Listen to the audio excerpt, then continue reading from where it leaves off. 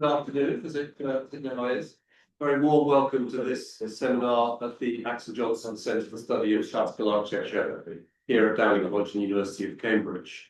Welcome also to those who are joining us online today for our seminar. Apologies for starting a little late. Here in Cambridge, we've actually switched venues this week, so we're just allowing a little extra time for people wandering around the large campus of Downing College to find their way to the correct room for us to be in. We're in one of Quinn and Terry's buildings, the first one we built here at Downing College. And in some ways, that's a very appropriate place to be in for our speaker today, who is one of the leading architects of the classical language working in the 21st century, certainly in this country, but also internationally without any question. It's a huge pleasure for us to be able to welcome Craig Hamilton to come and speak to us today. Many of you will be familiar, I'm sure, with Craig's work. He's been in practice in this country since the early 1990s, but also built widely in the United States in particular. And indeed, his major job right now, he tells me, is working on a commercial campus of Dallas in Texas, which is going to comprise 14 buildings in the end, or something like that. And I think we're on number 3 or 4 or 5 or 6 now. And by the way, if you're interested in that project, then Trident Books, which is publishing arm of our visiting professor Clive Aslett, is publishing a series of volumes on those buildings that Greg is putting out in Dallas. And if we were to see those buildings, I don't know if we will today or not, but if we were to see those buildings, I think we'd see something that, for us here in Cambridge, is a relatively familiar environment, because Craig is deeply imbricated in the history of the way that communities, campuses, education, exchange of views, trade, commerce in this case, but education, of course, as well, deeply implicated in the way that these things have been manifest themselves in architectural forms. And we've had the privilege, Elizabeth and I had the privilege of being with Craig for 24 hours or so, and he talked about how the courtyards of Cambridge and the quadrangles of Oxford are very much a model really for community living and community architecture. She sees as a key to our situation going forward. So do look up what he's doing in Dallas, and do buy the books from Trident to put on your shelf or on your table. There are many buildings that Craig has been responsible for. If I have a particular favourite, allow me to say, it would probably be the bathhouse of the country house in Gloucestershire. A piece of Potsdam or Charlottenhof come to Gloucestershire, a building which Carl Friedrich Schinkel himself, I'm sure, being proud had he been the creator of it. But it wasn't Schinkel, it was Craig. And Craig is going to talk to us today, as you can see from his title here, A Dialogue with the Dead, Personal Reflections on Neoclassical Architecture. It sounds rather sinister, but actually it's fundamental, I think, to where Craig comes from in terms of architecture. He believes in tradition, but also in understanding the past in terms that can be translated into modern day living, modern day action. He believes in education, mentorship, and in getting to know buildings intimately by measuring them, by knowing them in tactile terms, material terms. Many of the things that are in danger in some ways in our world today of fading away from the way that architects work, as they work more and more with digital technology and with engineers, and lose touch in some ways with the building, or the national building itself, the business of building, I should say. So Craig, without further ado, can I ask you to come and talk to us about your dialogue with the dead, and then an opportunity for questions to be answered afterwards, after your 44 minutes, very precisely prepared for us. And if you have questions online, please type them in the chat function, and we will try to take them. But now, please join me in welcoming Craig.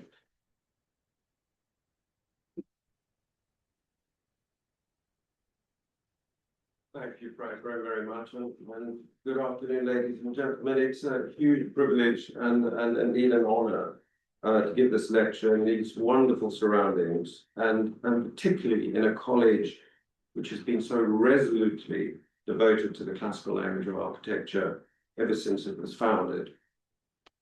I'm also very grateful to Elizabeth and to Frank for their wonderful hospitality and for the invitation to speak here.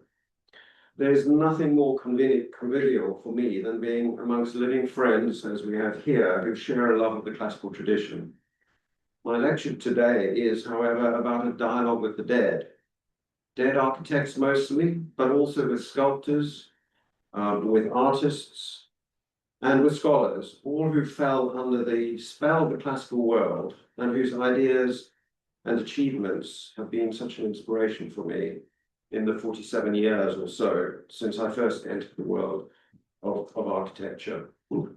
I've been enchanted and beguiled by so many aspects of the classical tradition, and in my enthusiasm, probably over enthusiasm and curiosity, I have immersed myself in the worlds of so many dead architects and then referred to their works in the building that I've designed.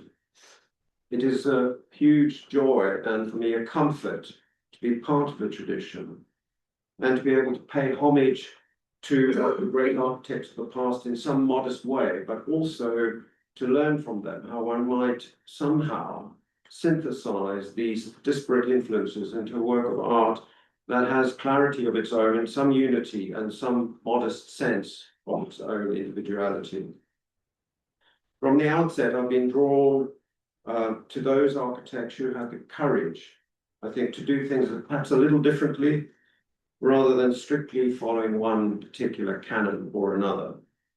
Amongst others, I'll be demonstrating the conversations that I've had with Ictinus, Hawksmoor, Charles Robert Cockerell, Schinkel, Lutyens, Holden, Plechnik, Comper and Bentley, Albert Richardson, Michael Gottlieb Bindersbol, C.F. Hansen, Marcello Piacentini, and most importantly, Michelangelo Buonarroti. More latterly, since I've been working in America, there have been conversations with McKim Mead and White, John Russell Pope, Paul Cray, and all those Americans of that great golden age in the early 20th century. In 1982, during my year out of the architecture degree course in Durban in South Africa, I had the good fortune to be awarded a scholarship, a travel scholarship for a year, and part of that time was spent visiting and recording the works of Lutyens and Hawksmoor, in particular here in the United Kingdom. This scholarship was so important in establishing for me a pattern of drawing and looking and absorbing and filing away ideas that might come in useful. These 1982 sketches are of Lutyens' Deanery Gardens in Berkshire, which some of you will recognise. I was, however, sadly not able to see the inside of the property, and so I had to draw it from outside the boundary walls. In retrospect, this was no bad thing, I think, because what I was instinctively drawn to in these drawings is Lutyens' tendency towards an elemental abstraction, which I only really fully discovered and understood many years later. And here, from the same sketchbook, sketches of Lutyens' Folly Farm, showing how happily he combined the vernacular with the formal, ordered architecture of the classical world. And like Lutyens, I too only approached the classical after I had thoroughly immersed myself in the vernacular. This is a house which was designed in homage to Lutyens and was completed last year, 43 years after I first visited some of Lutyens' country houses. And I hope that something of his spirit was achieved here all these years after first opening a conversation with him. And this is the entrance courtyard with repeated gables and a modest synthesis of the classical and the vernacular. And a view of the inner cloister courtyard. And the second view of that same courtyard. And here from that very same sketchbook from 1982, details of Lutyens' St. Martin's Church in Nebworth, with that extraordinarily abstract classical capital that you can see in the bottom right. I soon came to realize from recording moldings, molding profiles, how these are so important in establishing subtly establishing an architectural language style. Further sketches from that same sketchbook from 1982 of the two famous towers at Hampstead Garden suburb, designed by Lutyens, St. Jude's on the left and the Free Church on the right as they face each other across the green. Little did I know then, all those years ago, that these might subtly influence my design for a bell tower in Dallas, Texas, so many years later. And I'll show you photographs of that tower shortly. And during the same sketching tour, I visited work by Hawksmoor as well as Lutyens. The Headington Gate on the right at Blenheim, and another tower on the left, that of St Mary Woolnoth in London.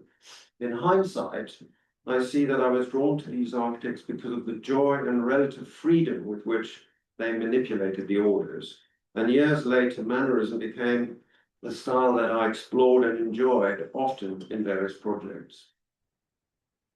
Recording in sketchbooks also became a way of learning and absorbing ever since. And sometimes I produce travel sketches or watercolors done on the spot, in which I would also try to capture something of the atmosphere, not only the detail, but the atmosphere of the architecture.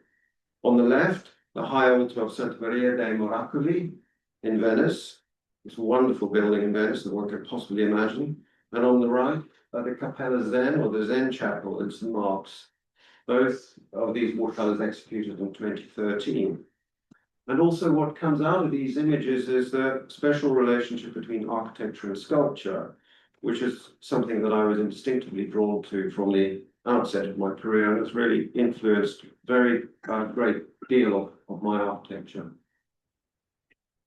And two final travel watercolors done in 2017 of that great dome over Sant'Andrea in Mantua, Alberti's wonderful, magnificent temple. And these were executed in 2017.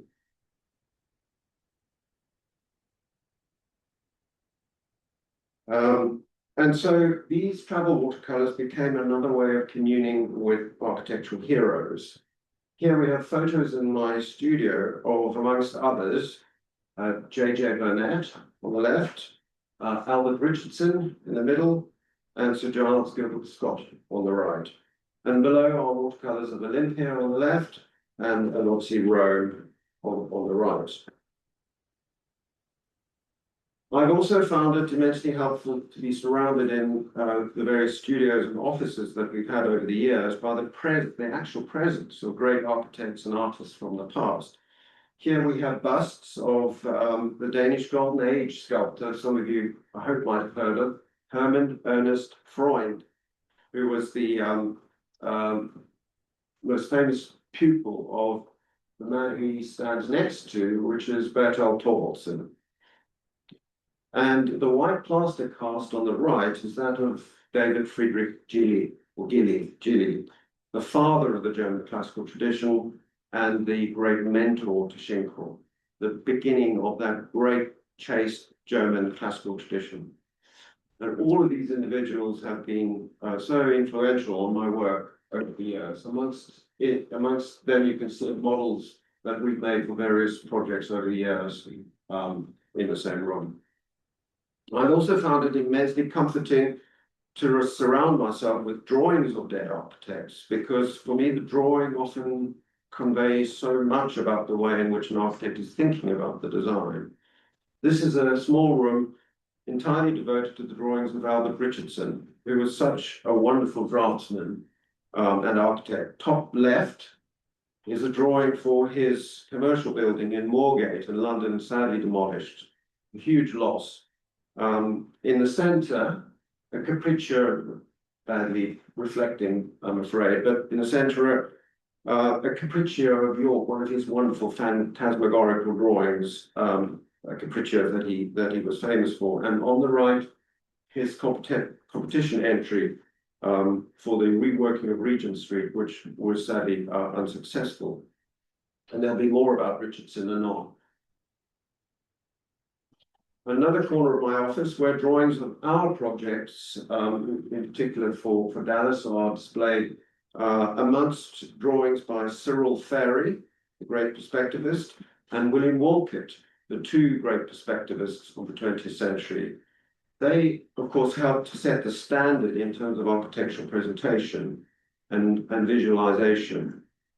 Bottom right, you can just see, peeking out of his glasses, Sir Edward Lutyens, The large drawing in the centre is a drawing that I purchased at auction. It was torn in half completely, and I managed to get it conserved and joined together.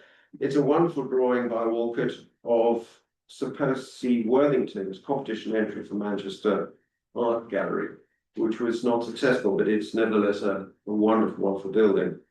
On the top row, either side of my colour for a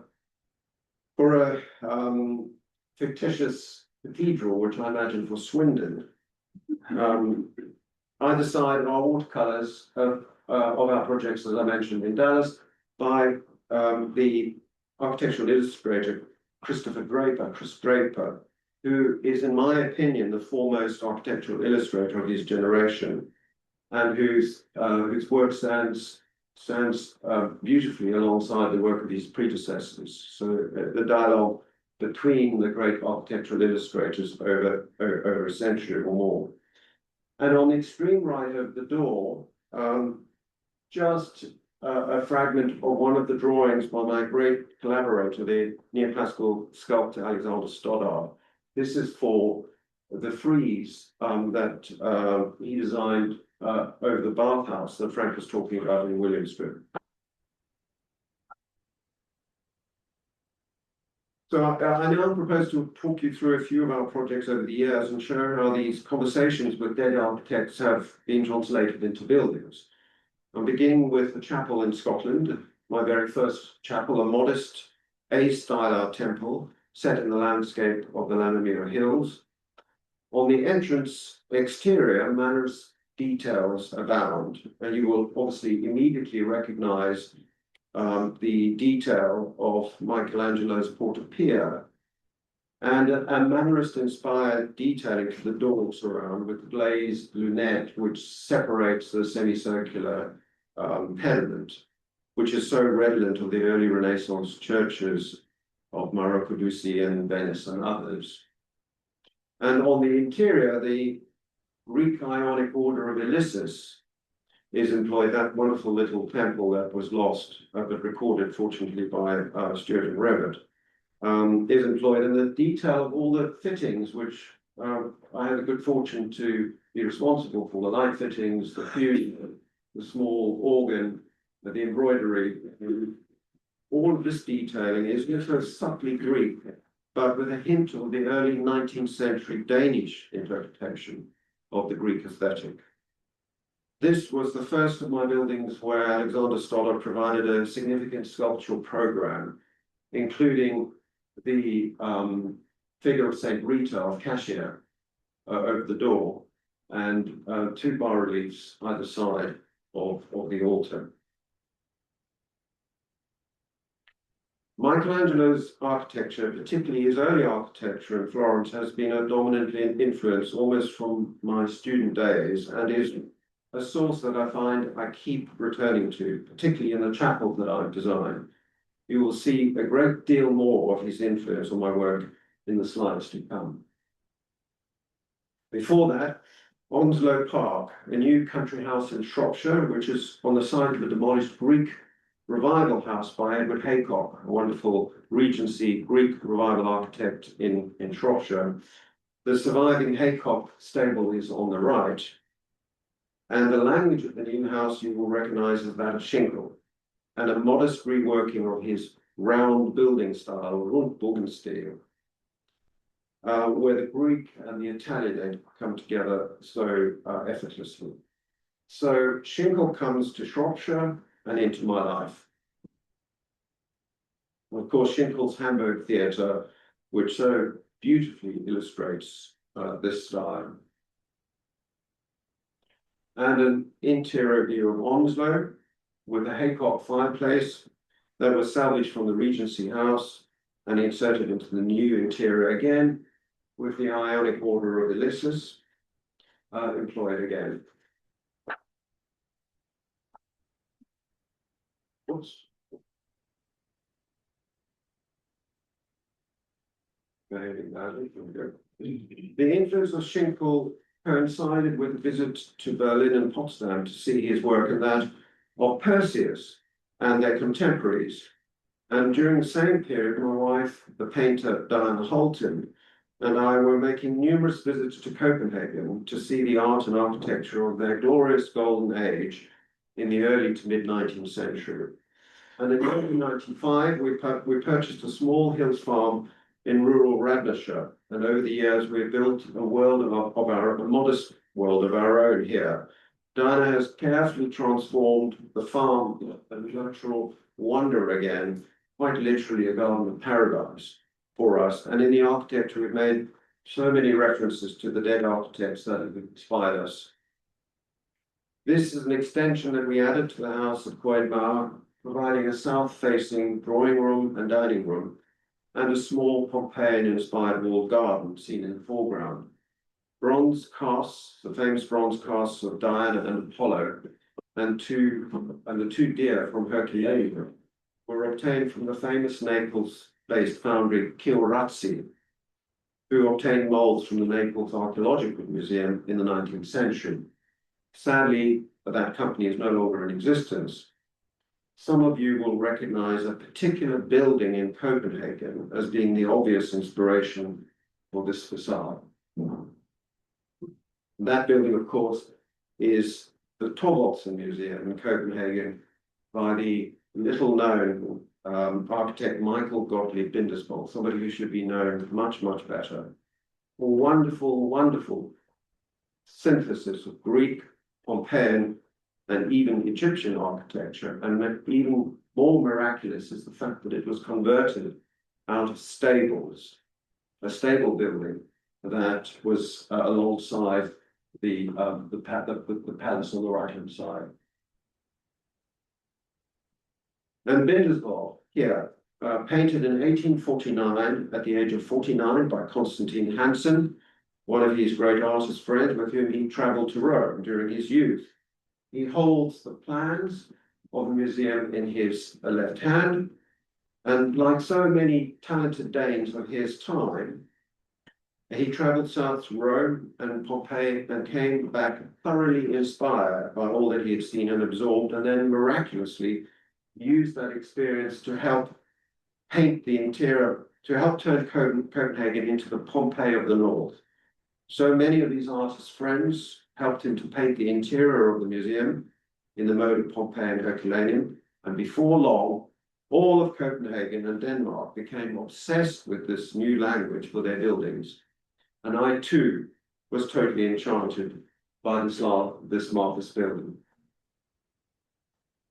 Here, the modest entrance to our extension at Coedmar, very obviously paying tribute to the Choragic monument of Thrasyllis, albeit in a very vernacular and modest setting.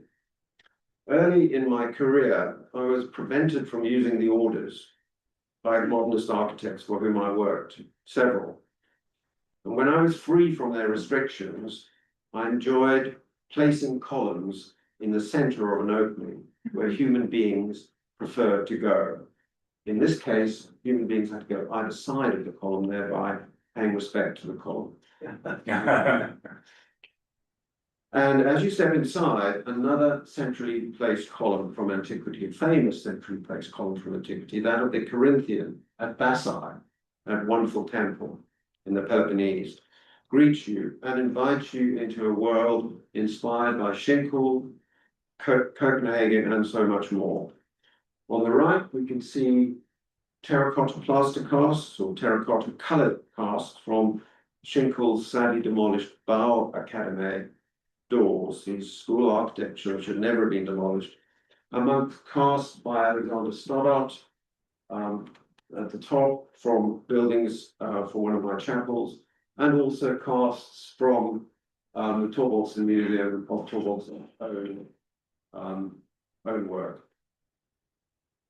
Thorvaldsen's Hermes statue is placed centrally on the little table, flanked by Danish Golden Age Greek-inspired pots from the early 19th century by a famous factory in Copenhagen called Peter Ibsen's factory, who made these beautiful Greek-inspired vases with their own beauty, but based so closely in such a close dialogue with the Greek pot painters from antiquity. And the little balustrade above is a fragment of one of the altar frontals from the first chapel that I showed you in the previous slide, in the earlier slides. The Bassi Corinthian also obviously introduces the influence not only of Aquinas, but also that of Charles Robert Cockerell, who rediscovered Bassi along with Haller from Palestine, and who through his intelligence and, in my opinion, his refined taste, found a way of synthesizing influences from across the centuries. This is his famous engraving of the interior of Bassi. And back to the 1982 sketchbook, where I did this very quick sketch of the Ashmolean, although it was only very much later that I really managed to explore the genius of Cockerell. Here, a drawing for a commercial building in Poundbury for the Duchy of Cornwall, where homage was clearly paid to Cockerell. And here, one of the many, many unrealized projects, a new country that I've had in my career, a new country house in Northamptonshire, where Cockerell's influence can also very visibly be felt. And so to the interior of our new rooms, our drawing room, where plaster casts from the Bassi frieze, fragments of the plaster cast are arranged at high level amongst a collection of Danish Golden Age paintings, sculpture and furniture, together with paintings by my wife and sculpture by Alexander Stoddart. In the foreground is a Pompeian-inspired table, very readily identifiable by its marcus legs, and it's designed by Hermann Ernest Freund, the man I mentioned previously, for his own sitting room. In his own little sitting room, he was professor of architecture and art in Copenhagen, and he made this table for his sitting room in Copenhagen. And to the right of the table, on the right-hand side, is a sofa designed by Bindesbol, who designed the Torgelsson Museum. And on the left-hand side is their great friend's sofa, designed by George Christian Hilker, the painter, the decorative architectural painter who painted the ceilings, much of the ceilings of the Torgelsson Museum. So a little dialogue of furniture of dead architects and artists and friends' furniture, all responding to the wonderful, those surviving fragments from Pompeii. This charming drawing on the left, made in 1843, shows a tea party in Freund's home. This is a wonderful convivial dialogue of the living, with Freund in his smock, his famous smock that he wore, which he embroidered himself, sitting on the Klismos chair that he designed. And just under the tablecloth, peeking on the table, you can see the legs of that table. And to the left is his sofa that he designed with the little griffins supporting the armrests on the left. And many years ago, we were also fortunate to purchase a second copy of this particular sofa by Freund. And it joined in our drawing room, his table and one of his Klismos chairs in our collection.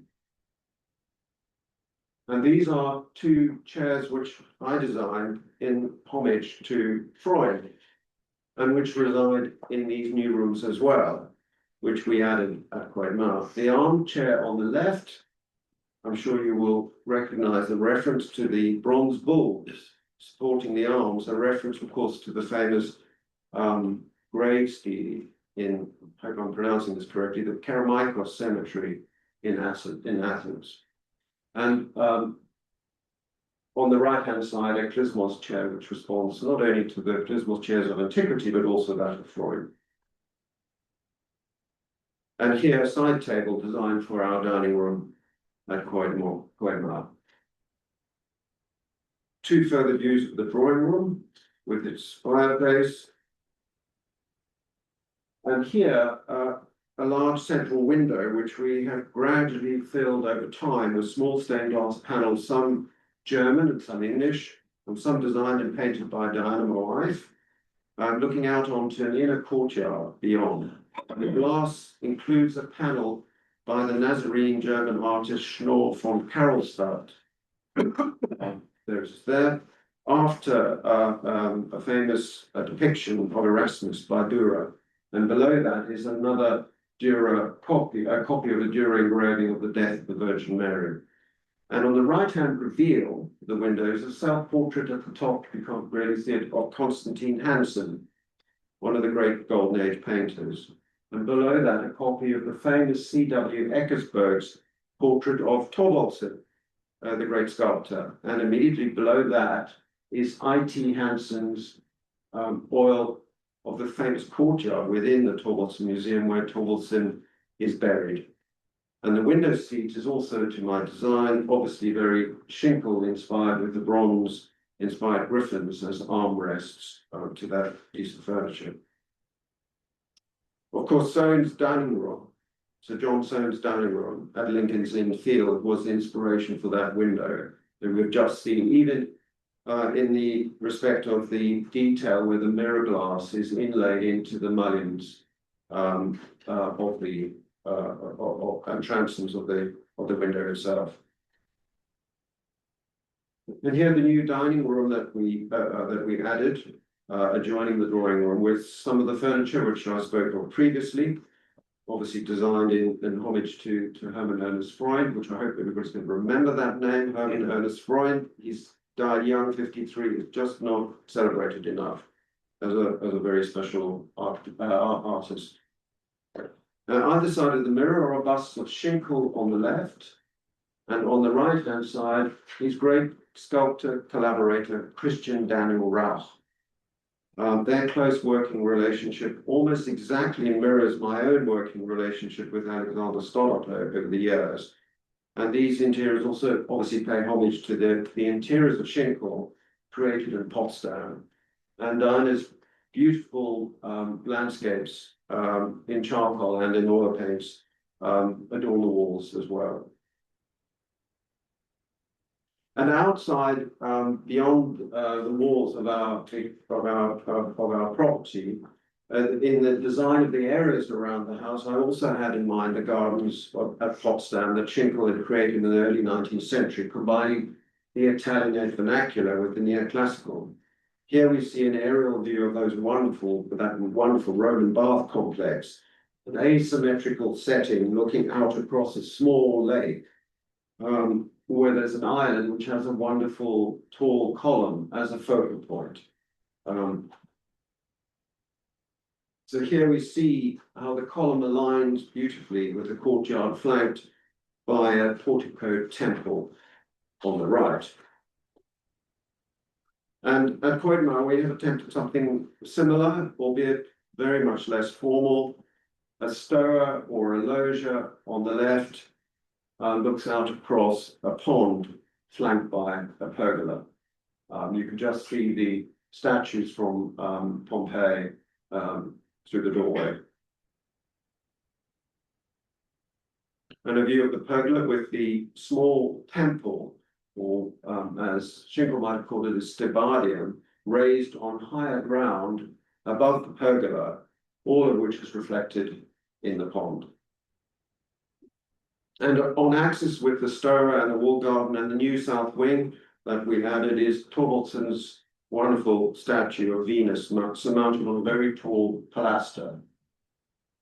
A beautiful green verdigris, bronze finish merging with the vegetation of the woodland.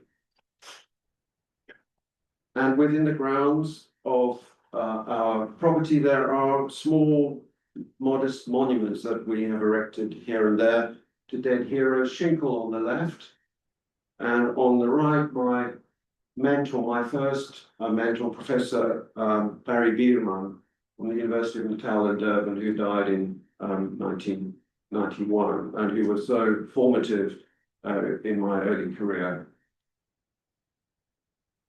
And on high ground above the house, a small monument to Selene, the lunar goddess, whose name my wife Dinah bears, with a bronze disc raised again on the back of that Kerameikos bull, which is stood up in the landscape. And another view of the Roman baths in Potsdam. And at Koidmar, a small very much more vernacular temple, which we mischievously call the Athenian treasury, because it adjoins the gate, which we mischievously call the Propylaea. And some years ago, we're back to Richardson here. Some years ago, a collection of Albert Richardson's drawings and objects came up for sale at auction, and we were lucky to purchase this small bronze head after the Greek, surmounted on a modest, irregular, slender stone pedestal, and installed it in our Pompeian walled garden. And this is a very poignant photograph for me, because it shows Albert Richardson in his later years coming into his garden, and he's facing that very self-same bronze head, which we see in the foreground, on the same slender, irregular stone post. It's so poignant for me because of the sense of continuity and because of my admiration for Richardson and his inventive use of the classical language. He too was influenced, as we all know, by Schinkel, that wonderful building near St. Paul's. And it was his wonderful Batsford volume on monumental classical architecture that truly first introduced me to the work of Charles Robert Cockerell and so many of that generation. Here we can see Schinkel's influence again in a watercolor of mine for yet another unrealized project, this time an extension to the historic Cumbrian town of Penrith. In the painting, Alexander Stoddart looks up at the statue that he has designed for the new square, a bull being led by Vestal virgins. And in 2012, this bathhouse was completed in the grounds of Williamsford Park, a house modified by Sir John Soane in the late 18th century, early 19th century. The references are, however, to Schinkel, and the Roman bars are obvious, and there are also influences from others, including Soane. Here I am on the right, in conversation with the 20th century Italian architect Marcello Piacentini, whose influence played a part in the design of the exterior and the interior. Oops. And here we see the temple front with the frieze by Alexander Stoddart. You will recall that little drawing in my office, which was the beginning of the design for this particular frieze, which is mysteriously hidden in shadow, as all portico friezes should be. And here a detail of the frieze, and on the left, with my rather humorous interpretation of the Bassite Ionic order, this time through the lens of another architectural genius of the 20th century, Joseph Plečnik. I say humorous because this is a building that is devoted to pleasure rather than spiritual devotion. And here the south elevation with references to, amongst others, Charles Robert Cockerell as well, and the austerity of the Greek and the German interpretation of the Greek tradition. And a detail of the sunken courtyard. And then to the interior, where the entrance lobby immediately introduces the rich colors and materials of Pompeii again, with a plaster frieze from antiquity picked out in imitation of bronze. We are, of course, immediately reminded of the interior of Schinkel's Roman bars.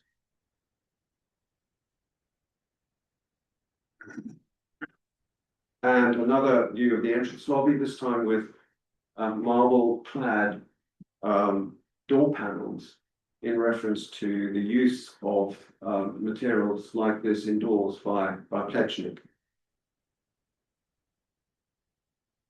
And there is another influence, yet another influence at play on the interior, and that is the interiors of the Villa Stuck by the German artist Franz von Stuck. A world that combines classical antiquity with the 20th century modern aesthetic. And the interiors also owe something, as I mentioned previously, to a conversation with Marcello Piacentini, and in particular, shown here is Casa Madre dei Mutilati in Rome, a wonderful building near Castel Sant'Angelo.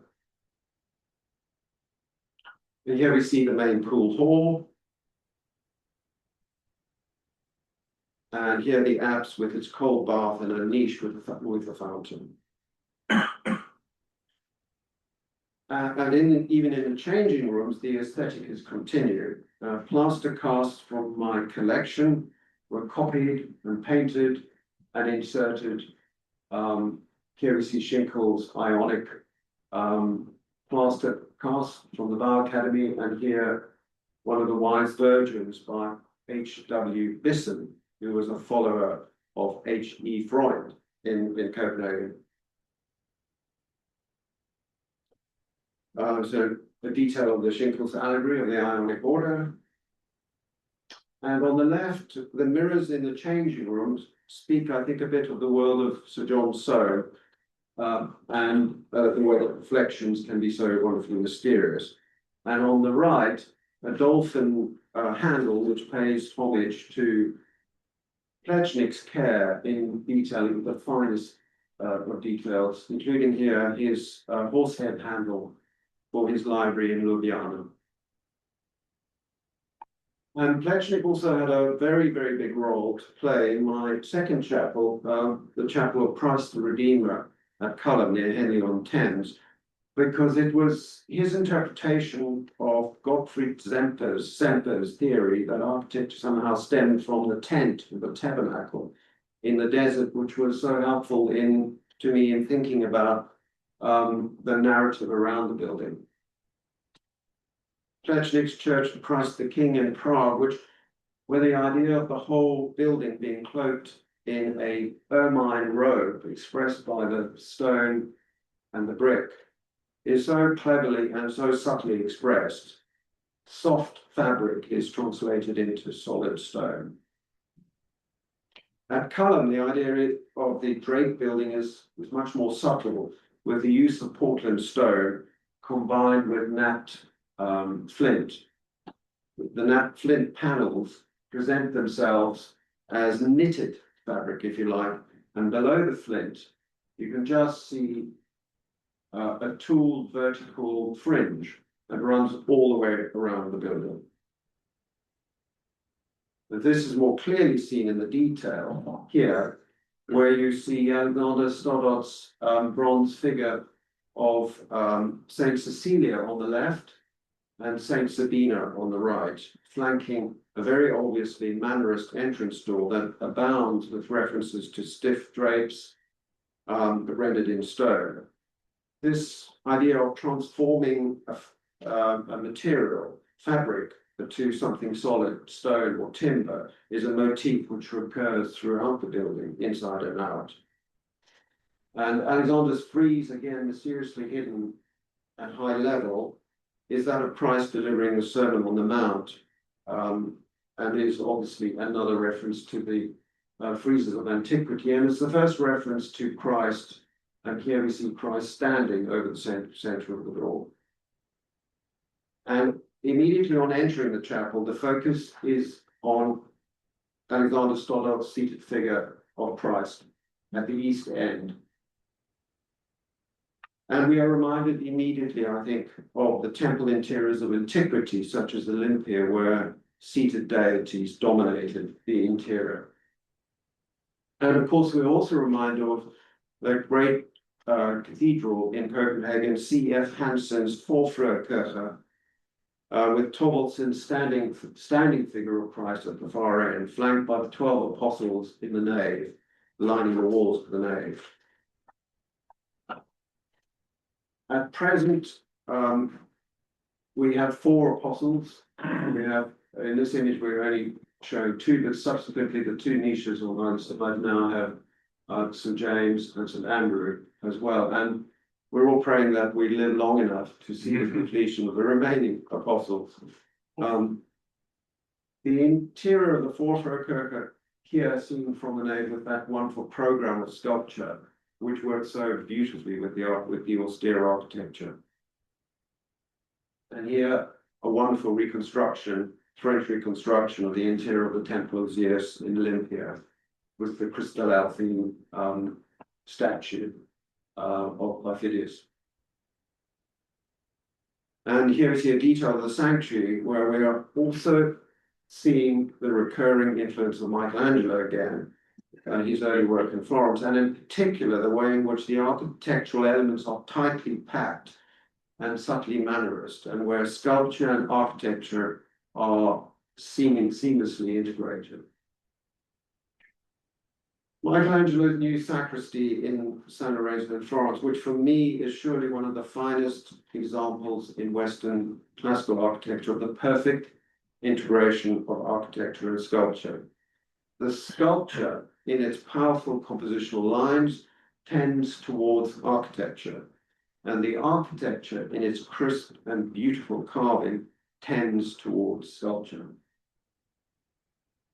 And at the west end of Culham, we see the organ loft above on the left, and the west door itself abounds with Michelangelesque references and detailing, attenuated scrolls, a stepped semicircular pediment, and notice also the stiff drape block that hangs over the center of the doorway, partially obscuring an acanthus frieze that appears to run behind it.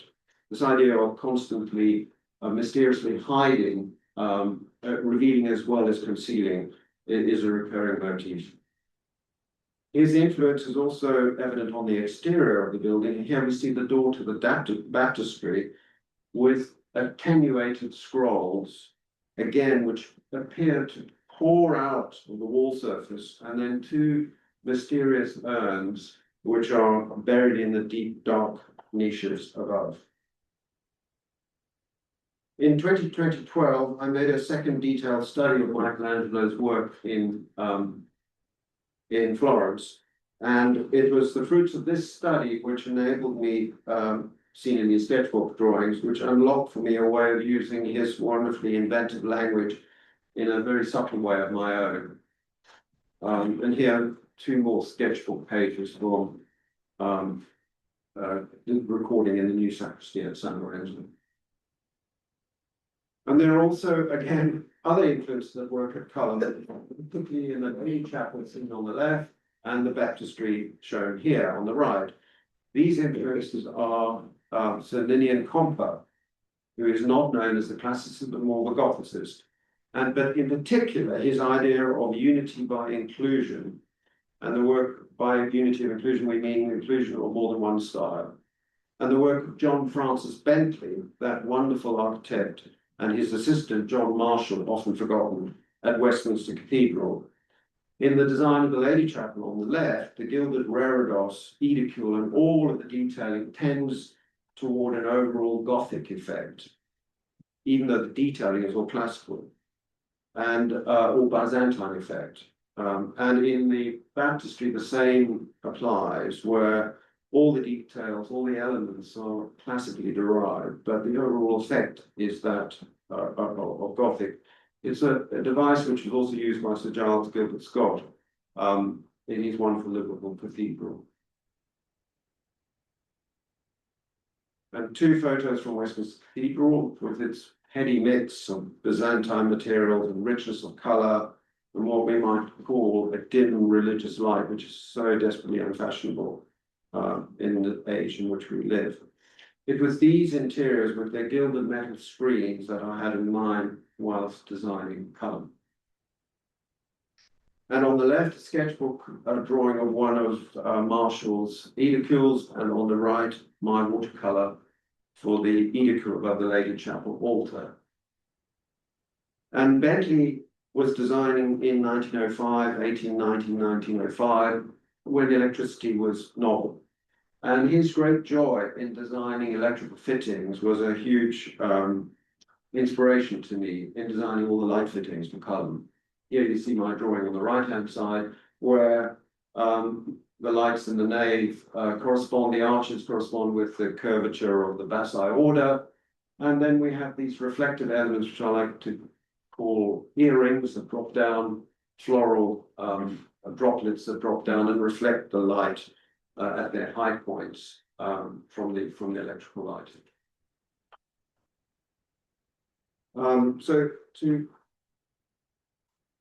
was able in my third chapel to continue exploring some of these ideas that I developed for Cullen in the chapel of Our Lady at Williamstrip in Gloucestershire, which sits within the grounds of the bathhouse that I showed you previously. Here we see the monumental entrance elevation, and notice how the idea of the hanging drops that we've just seen in that light fitting are continued in deep recesses either side of the door as a garland in honor of the Virgin to whom the chapel is dedicated. And the bronze doors themselves, you can see, have lilies growing out of pots at the bottom. And the side elevations make a very obvious reference to Michelangelo's external windows to the Laurentian Library in Florence. I often think side elevations to buildings are more interesting than front elevations because architects have more freedom because they're not having to be looked at so closely, perhaps. Here we see the exterior of the Laurentian Library from the cloister with Michelangelo's wonderful hanging windows to the library on the upper walls.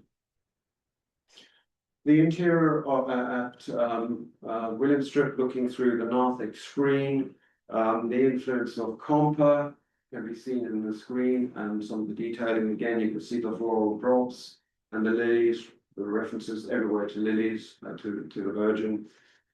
A general view of the nave, and as at Cullen, interestingly, the columns are buried in the wall. What I like to call a sort of archaeological column.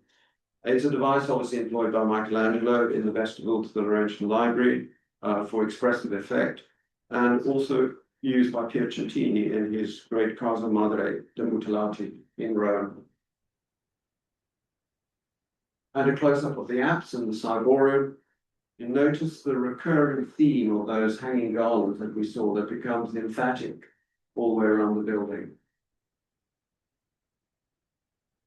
And a detail of here we see the stained glass, which I designed for the building, with female saints, obviously, because this is a chapel devoted to Our Lady. Again, you can see the garlands dropping down either side, and in terms of the painting references, one's thinking of the glass of Compa, but also in particular of Henry Holiday. Some of you might know his work. And on the left, a detail of the west door, and on the right, one of the stained glass windows with the floral motif abundant everywhere. And there can be no more poignant a dialogue with the dead for an architect than when designing a mausoleum. This is the first mausoleum which I designed for a London cemetery, and one is immediately reminded of the elemental classicism of Holden and Lutyens in particular, when they developed this for their war memorials. Here we see the entrance approach, and here are the entrance gates with the stepped masonry roof also is obviously very redolent of that famous lost mausoleum of Halicarnassus. And of course, of Holden's work, for example, at the New British Cemetery in Boots. And here we see a bas-relief by Alexander Stoddart again, which refers to those wonderful Greek grave stele reliefs from antiquity. The very, very shallow relief recessing of masonry also very subtly pays homage to the work of John Russell Poe. For example, in his Duveen Hall at the British Museum, where the Elgin marbles are held. And here the entrance to the mausoleum itself with Alexander Stoddard's beautiful allegory of remembrance, standing much like a central Doric column, looking inward, communing with the dead, not communing with the living.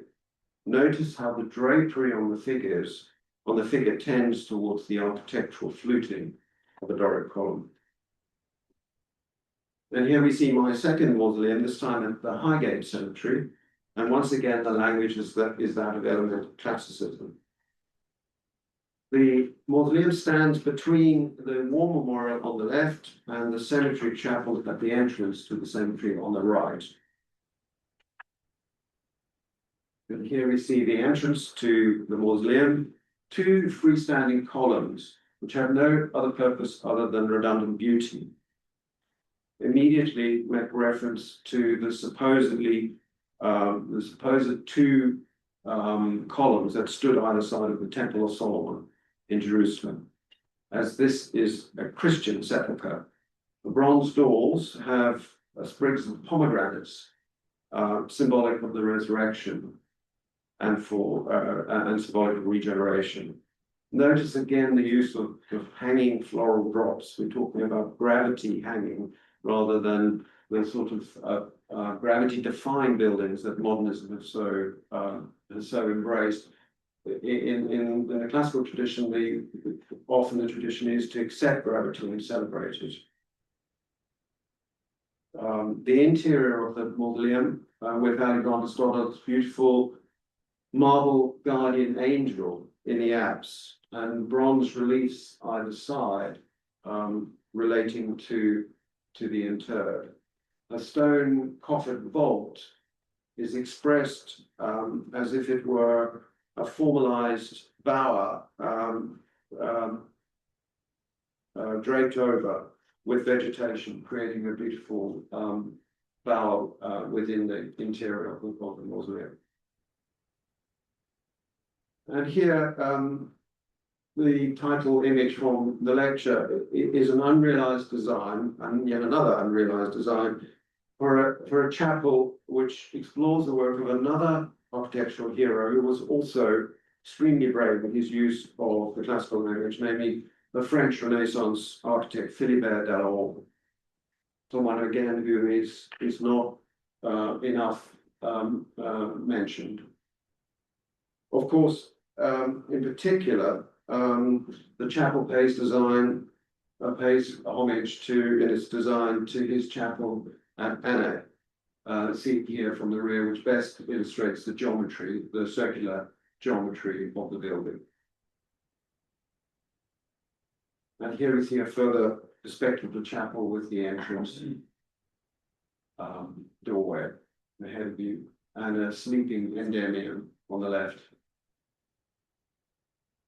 And the final view of the chapel on the diagonal.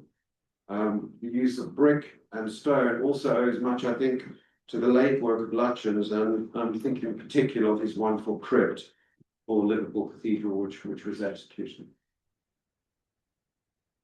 And since 2016, I've been designing buildings for a commercial campus in Dallas, Texas, and that has allowed the possibility of responding to the great American tradition of classicism, and in particular their golden age in the early 20th century.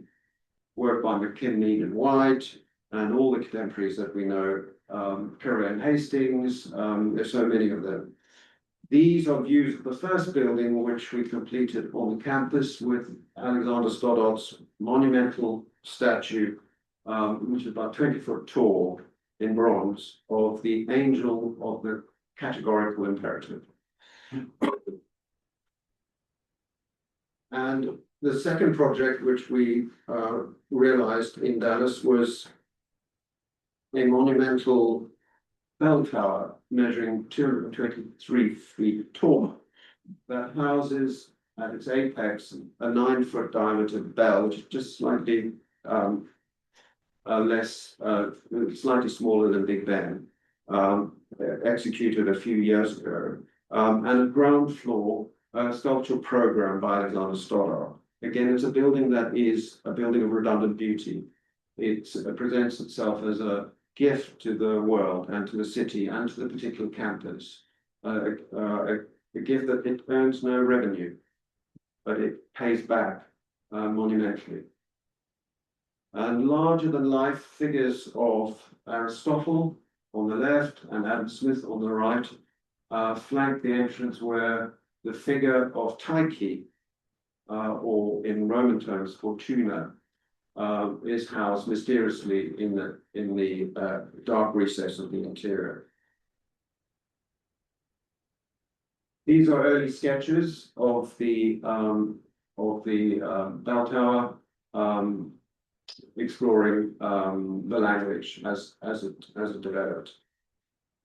And here, detail of the interior of Alexander Stoller's figure of Tyche, and in her right arm, on her right left arm, she holds the Greek goddess Kairos, who's the god of opportunity. And she holds a great cornucopia, and she rises out of a circular hole in the floor where there is a crypt, which contains the pedestal and further architecture. And you will recognize immediately the setting is Michelangelesque again, with tightly packed architecture and with high-level statues in edifices representing the four endeavors. On the right, you can see that of an artisan. So on the left, we have a farmer, here we have a merchant, and here we have an artisan, and in particular, a mason, and in more particular, a particular sculptural mason called Lee Lowry, who was an early 20th century collaborator of that great American architect Bertrand Grosvenor Goodhue, and who produced his most famous work at the State Capitol building in Nebraska. And if you look closely, you can see that he has a buffalo head on below his right hand that he's carved for the Capitol building in Nebraska. And on the left is a close-up photograph of Lee Lowry's buffalo head, and on the right, the rather mischievous Corinthian order that I designed for the campanile, which refers in particular. So the dialogue is now also between sculptors, architects and sculptors, and buildings across the century. And last year, our new East Campus was completed, and in the very center, you can see a very small octagonal building. And here it is. It's a small debating room where discourse is held throughout the year, program of discourse is held throughout the year.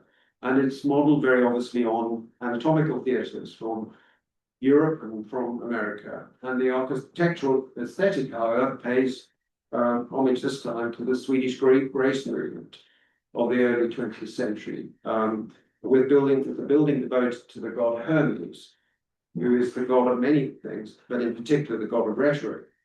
And with all the symbolism displayed related to that god, all the symbolism designed by Alexander Stoddard, and you can just see on the left its relationship to the bell tower across the road.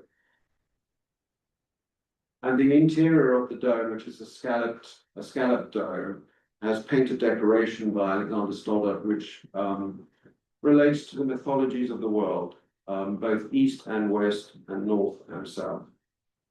Dallas has a very famous Art Deco area called Fair Park, where this building very subtly makes reference to that part of Dallas.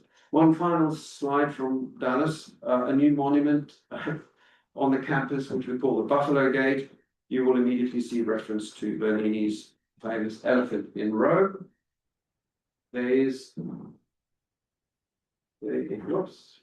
however, this is tricky. There is, however, another reference in this monument, and that is Plečnik again, especially his marvelous monuments that you see on the streets of Ljubljana, with one shown here on the left, and of course Bernini's elephant outside the church of Sopra Minerva in Rome on the right. As we near the end of this talk, I wanted to show this design for a cathedral in Swindon, which I worked on some years ago when we had absolutely no work. It is a totally make-believe project and was an exercise in communing with Lutyens' design, obviously, for Liverpool Cathedral, which we see here. My friend and mentor, the great late Gavin Stant, felt that my design was perhaps too similar to Lutyens' masterpiece, and of course he was entirely correct. But the process for me of learning, at least, involves the very close collaboration with the dead as a way of groping a way forward, or backwards for that matter, because it seems to me that the classical language is circular rather than linear and defies time and geographical boundaries. And that certainly has been its enchantment for me. This painting of the interior of the famous Café Greco in Rome, near the Spanish Steps, which I'm sure many of you have been to, shows a wonderful convivial dialogue of the living. Architects and artists from the north have come south to be amongst the glories of antiquity and have gathered to discuss art and architecture. Some even left drawings and paintings from the cafe, which you can see on the walls to this day. Notice also, importantly, the presence of a dog, which appears in all convivial paintings. That journey from the north to the south and the exchange of classical ideas over time and geography is also illustrated on this bronze urn, which I designed with Alexander Stoddard for Charles Robert Cockerell's Oakley Park in Shropshire some years ago. On the right-hand side, the urn depicts the female allegory of the antiquity of the South, gifting the foundational ideas of classical architecture to the pilgrim who has come from the north to learn. On the left, at the rear of the vase, the winged pilgrim from the north gives back to the allegory of the South and antiquity his contribution to the tradition. Copenhagen gives back to Greece, for example. This urn beautifully illustrates the circularity of the classical tradition and the ongoing exchange of ideas. And a final slide.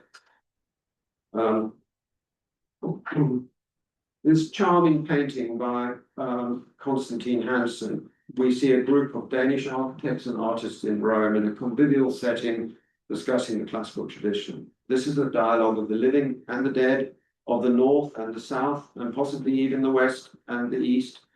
And Bindesbol, the designer of the Torgelson Museum, is lying in the foreground with his fez and his hookah pipe in hand.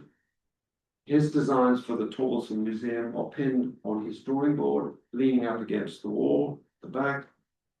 Surely images such as this point to the possibility of the rekindling of the dialogue of friends and artists today, continuing their discussions with the dead, who have carried the torch and who light the way for those living and those yet to be born.